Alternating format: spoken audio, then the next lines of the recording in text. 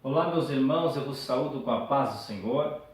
Esse é um momento muito especial, um momento muito importante, onde nós vamos tratar de um assunto de grande e extrema relevância. A lição de hoje é a lição de número 5, a unidade da raça humana. Para você que ainda não me conhece, eu sou o presbítero João Gomes e quero convidar você a se inscrever no meu canal. Eu tenho certeza que vai ser uma bênção para a sua vida e para a sua casa. Desde já eu quero convidar a você que me ouve nesse momento a compartilhar este vídeo, a deixar o seu like e também o seu comentário. A lição é uma proposta muito interessante, visto que vai falar desta unidade da raça humana. No primeiro tópico, nós temos a unidade racial do ser humano. Nesse tópico, veremos os seguintes assuntos: a origem divina do homem e a sua unidade racial e psicológica. Esta doutrina é suficiente em si mesma para destruir as bases ateias e anticristãs do evolucionismo. No primeiro subtópico, nesta lição, estou falando aqui já, entrando no assunto para ganharmos tempo, visto que os irmãos já têm a leitura bíblica em classe, os irmãos já têm em mãos o textual e a verdade prática. Então já estou entrando direto aqui, dentro desse ponto. Nesse primeiro subtópico, onde vai falar da origem divina do ser humano, onde nós já tratamos esse assunto, como está escrito, embora o homem não seja divino, a sua origem é.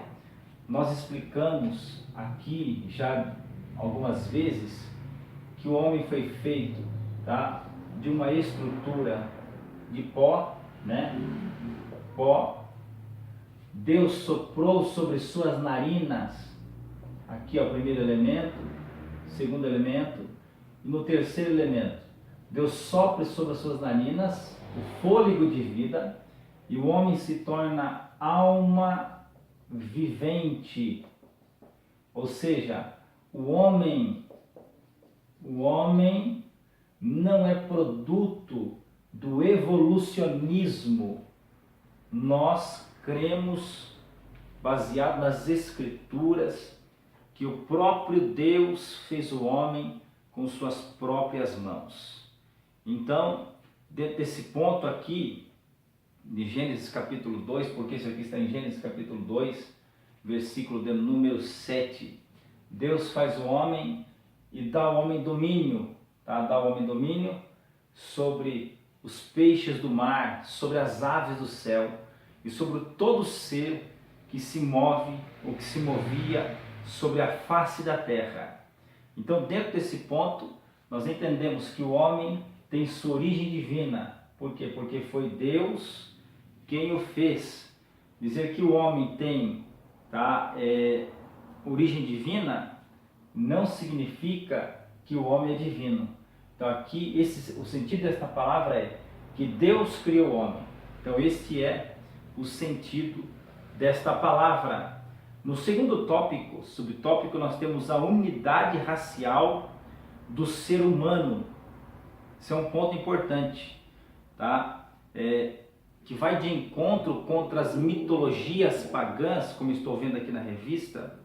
As Escrituras afirmam que todos os homens, apesar de sua diversidade racial e linguística, provém de um único tronco genético. Único tronco genético. Adão e Eva. Logo existe apenas uma raça humana. Atos capítulo 17, versículo de número 16, nós temos um ponto muito importante aqui.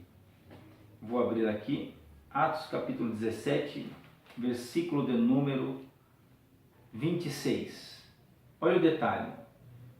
Vou ler alguns versículos anteriores para ficar mais claro o texto. O Deus que fez o mundo, versículo 24, e tudo o que nele há, sendo o Senhor do céu e da terra, não habita em templos feitos por mãos humanas ou por mão de homens, tá? Nem tampouco é servido por mãos de homens, como que necessitando de alguma coisa, pois ele mesmo é quem dá a todos a vida, a respiração e todas as coisas. E de um só fez toda a geração dos homens para habitar sobre toda a face da terra, determinando os tempos já dantes ordenados e os limites da sua habitação. A palavra geração aqui é etnos, tá? Você pode anotar aí esse termo aqui, ó. Deixa eu apagar aqui. Esse termo é um termo muito importante. Etnos, tá? Que significa raça ou geração. Vou colocar o G aqui, ó. Geração, como está na minha tradução. Mas o termo, aqui para ficar mais claro, é raça. Olha o detalhe do texto. Olha o detalhe do texto. De um só fez toda a raça dos homens, tá? Para habitar sobre toda a face da terra. Ou seja, de um só, como está escrito aqui nas Escrituras, de um só, ele fez o quê? Ele fez o quê? Toda a raça humana. É de um só. Então ele está dizendo o que aqui, dentro desse ponto, que em Adão, que vamos colocar aqui, em Adão, de um só, ele fez toda a raça humana. Então aqui nós já temos esse ponto de grande importância. Em Adão, isso é um ponto importante. Agora quando você vai lá para Malaquias capítulo 2, versículo de número 10. Mas enquanto isso, olha o detalhe, logo existe apenas uma única raça humana, tá? E ela provém de um único tronco genético, ou seja, aqui ó, tronco genético, Adão e Eva. Então aqui está a origem de toda a raça humana. Então o homem não é produto do evolucionismo, tá? Não é produto do evolucionismo. Agora abra sua Bíblia comigo em Malaquias, capítulo 2, versículo de número 10. Olha o detalhe. Não temos nós todos um mesmo Pai? Vamos ficar só com esta parte. Não temos nós todos um mesmo Pai, Adão? Vou continuar aqui. Aliás, aqui é o suficiente, tá? Aqui é o suficiente. Não temos nós todos o mesmo Pai? Então, está muito claro que o ser humano, tá? Que toda a raça humana provém de um tronco, tá? De um tronco genético, ou seja, de um único tronco genético. E é uma prova bíblica, tá? Que nós não somos produto do evolucionismo, e também uma prova bíblica que o racismo é uma distorção maligna. Olha aí o detalhe, hein, do ensino bíblico quanto à unidade genética do ser humano. No terceiro subtópico, ele também vai nos informar sobre a unidade psicológica do ser humano, quando diz conquanto diversos cultural e etnicamente, os seres humanos demonstram possuir uma unidade psicológica comum. Enfim, todos os homens têm uma herança psicológica e emocional comum. As reações podem ser diversas, dependendo da educação e da cultura, isto é, de cada povo, mas as bases psicológicas, repito, são comuns. Então aqui está essa base de grande importância para o nosso entendimento com relação a este ponto aqui das Escrituras. Agora, dentro desse tópico, do segundo tópico, nós vamos ver aqui, no segundo subtópico, nós vamos ver aqui a unidade linguística original da humanidade. Olha um detalhe importantíssimo. No primeiro subtópico, nós vamos ver sobre a língua original da humanidade. Primeiro subtópico do segundo tópico. Olha o detalhe. Aqui vai falar que a fala é um dos maiores dons que Deus comunicou pessoalmente a Adão, pois ambos conversavam diariamente. Nós vamos ver essa realidade no santuário, tá? Nós vamos ver essa realidade no santuário. Por quê? Porque Deus vinha aqui na casa de Adão. Deus descia aqui na casa de Adão, no Jardim do Éden, tá? No Jardim do Éden, para comungar com Adão. E quando Deus fez Adão, Deus já fez Adão com capacidade para compreendê-lo. Deus já fez Adão com capacidade, um nível intelectual para compreendê-lo. Então Deus falava, Adão sabia. Então o dom da fala, já Deus havia dado a Adão. Isso Deus já havia dado a Adão, porque nós sabemos que Adão, quando Deus o fez, já era um homem. Adão não passou pelas fases de adolescência, Adão não passou pelas fases de uma criança. Adão já, quando Deus o fez, já era um homem formado, com capacidade cognitiva, com uma capacidade intelectual surpreendente.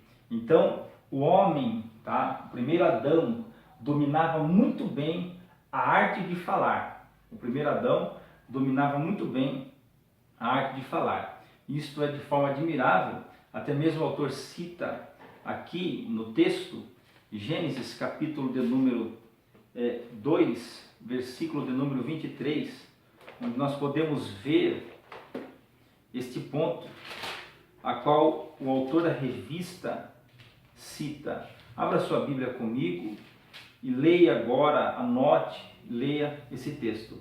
E disse o homem: esta, afinal, é osso dos meus ossos e carne da minha carne.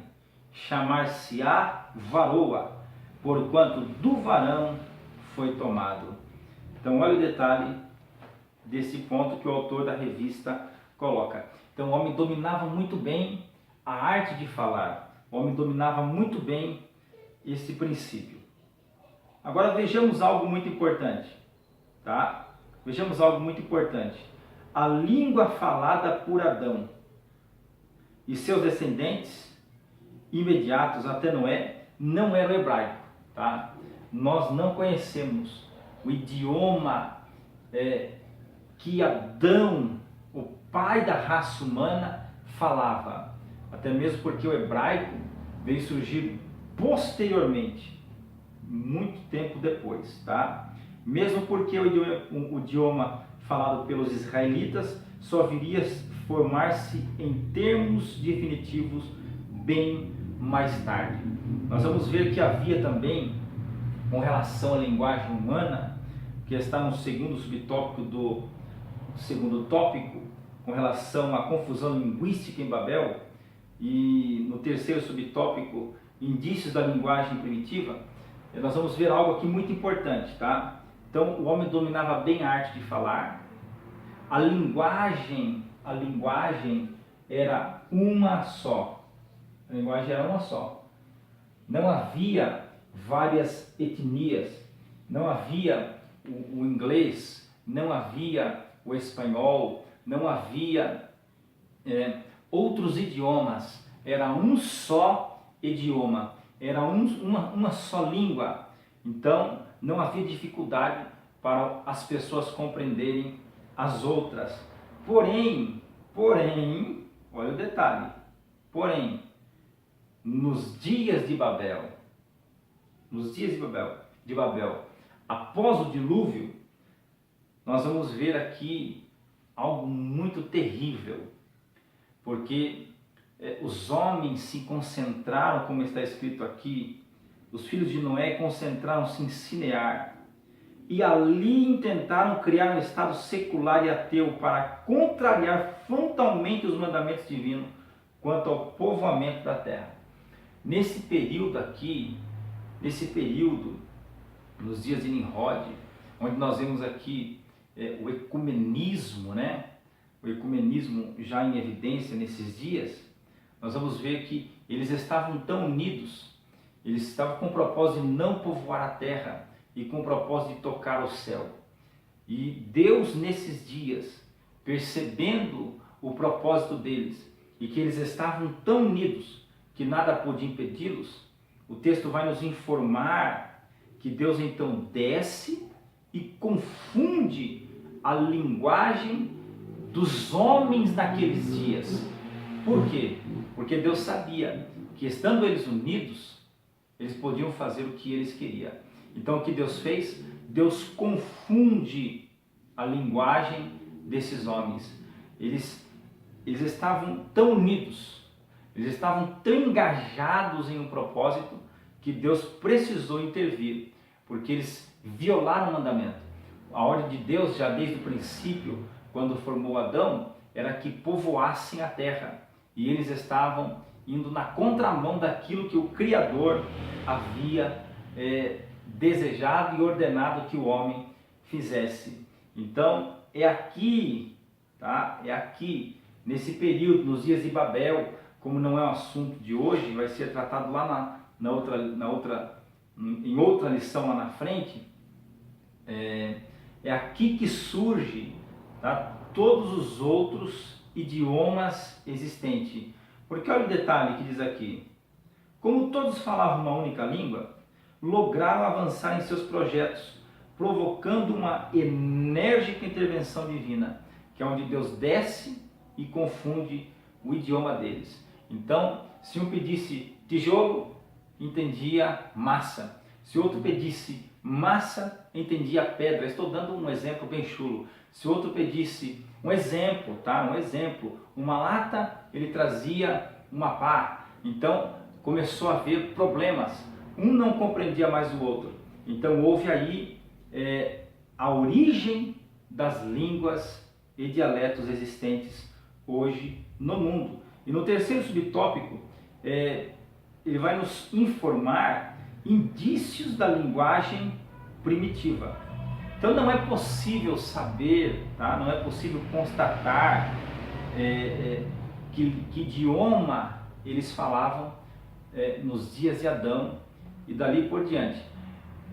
A grande questão é que quando se dispersaram, os idiomas começaram a se espalhar.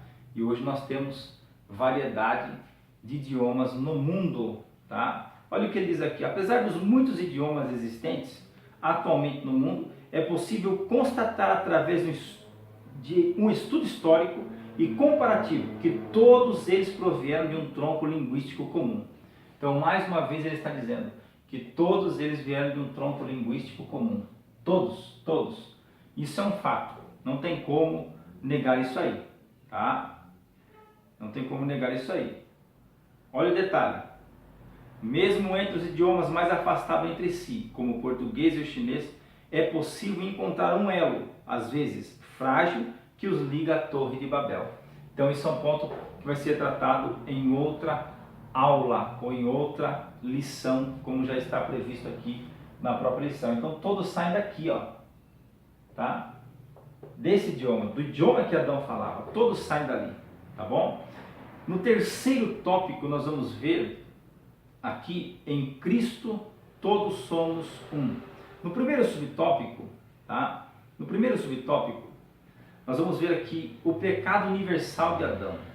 O que ele vai nos informar aqui? Ele vai nos informar sobre as consequências, tá, do pecado do primeiro homem. Olha o detalhe: afirma o apóstolo Paulo que através de um só homem o pecado foi introduzido no mundo. Romanos capítulo 12. Porque por um só homem, tá? Ele está dizendo o quê?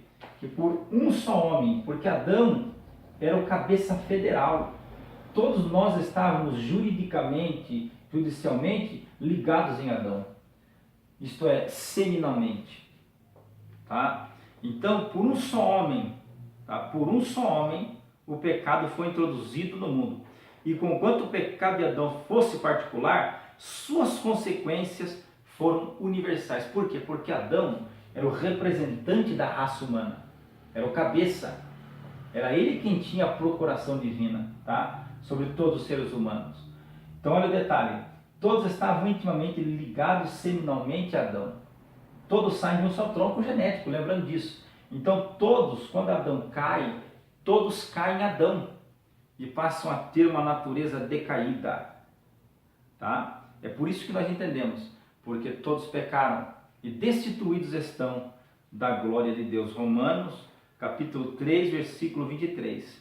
Então, todos os seres humanos acham-se ligados entre si pela transgressão de Adão. Então, pela transgressão de Adão, toda a natureza humana é uma natureza corrompida, está morta em delitos e pecados e precisa de um Salvador, tá? Precisa de um Salvador para a sua vida.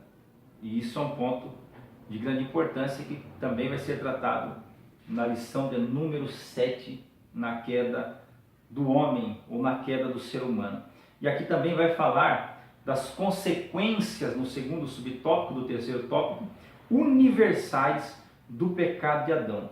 A consequência imediata do pecado de Adão foi a sua morte espiritual e quebra de sua perfeita comunhão com Deus. Isso é um ponto que nós não podemos esquecer. Então a primeira consequência é a morte espiritual. Alguns estudiosos vão nos informar, tá, que a morte espiritual é a separação, é a ruptura dessa comunhão, tá, que Deus tinha com Adão. Como? O Espírito Santo habitava aqui, ó, no espírito de Adão, no espírito humano de Adão. Então a ruptura dessa comunhão. Então o homem passa a estar morto em seu delito e pecado, como está em Efésios capítulo 2. Então aqui ocorre a primeira morte espiritual. A primeira consequência não é a morte física. A morte física foi uma consequência gradativa. É por isso que ele vive em torno de 900 anos, tá? 930 anos, se não me falha a memória. Então a primeira consequência é a morte espiritual. Isso, exato, está aqui na revista, 930 anos. Essa é a questão da morte física. Então, aqui nós temos estas informações. No terceiro subtópico, nós temos em Jesus Cristo, segundo Adão, todos podemos ser salvos. Estou correndo porque o meu tempo no aparelho é bem curto, eu não posso ir mais além, como eu queria aprofundar mais, porém já está tarde, e o meu tempo no aparelho, o aparelho não suporta muito tempo. Então olha o detalhe, aqui nesse terceiro subtópico do terceiro tópico, em Jesus Cristo, o segundo Adão, todos podem ser salvos. Olha o detalhe, hein? Eita glória, hein? As consequências do pecado de Adão foram desfeitas por Jesus Cristo. Olha o que Paulo escreveu, você pode ler aí depois aos 1 Coríntios capítulo 15, versículo 45 e Romanos capítulo 5, versículo 15. Podem ser desfeitas por Jesus Cristo. Olha o detalhe. Na epístola de Paulo aos Romanos é identificado, tá? Cristo é identificado como o último Adão. Através da sua morte, ele venceu a morte, resgatando-nos completamente do pecado. Hoje, por conseguinte, o nosso elo com toda a família de Adão não se dá apenas em termos genético ou em termos de tronco genético ou linguístico, mas de igual modo pela morte e ressurreição de Jesus Cristo. Nele, os que receberam a fé constituem uma única família, a família dos santos. Então, em Cristo, nós podemos chamar Deus de Pai. Por quê? Porque quando reconhecemos Jesus como nosso Salvador, o Espírito Santo dá vida ao nosso espírito, tá? Dá vida ao nosso espírito. a vida de Deus passa a fluir em nós. A vida não criada de Deus passa a fluir em nós. E então podemos chamar Deus de Pai e fazermos parte desta família. É por isso que Paulo, quando vai falar com os irmãos ou direcionar uma epístola ou uma missiva, ele falava aos irmãos. Era uma linguagem tipicamente cristã que Paulo usava. Então, esse é um ponto de grande importância. E eu quero ficar por aqui. E aqui nós entendemos, tá? Nós entendemos, tá? Como se deu a criação humana e que o ser humano não é produto da ideologia ou da evolução, tá? Como diz alguns aí. Nós entendemos que há uma só raça, não várias raças humanas, como diz as mitologias, né? E nós entendemos a origem dos idiomas aqui nesta lição, e nós entendemos o porquê todos pecaram. Por que todos pecaram? Porque todos estavam ligados em Adão, quando Adão pecou. E também nós entendemos que através da morte de Jesus Cristo, ele desfez o pecado de Adão.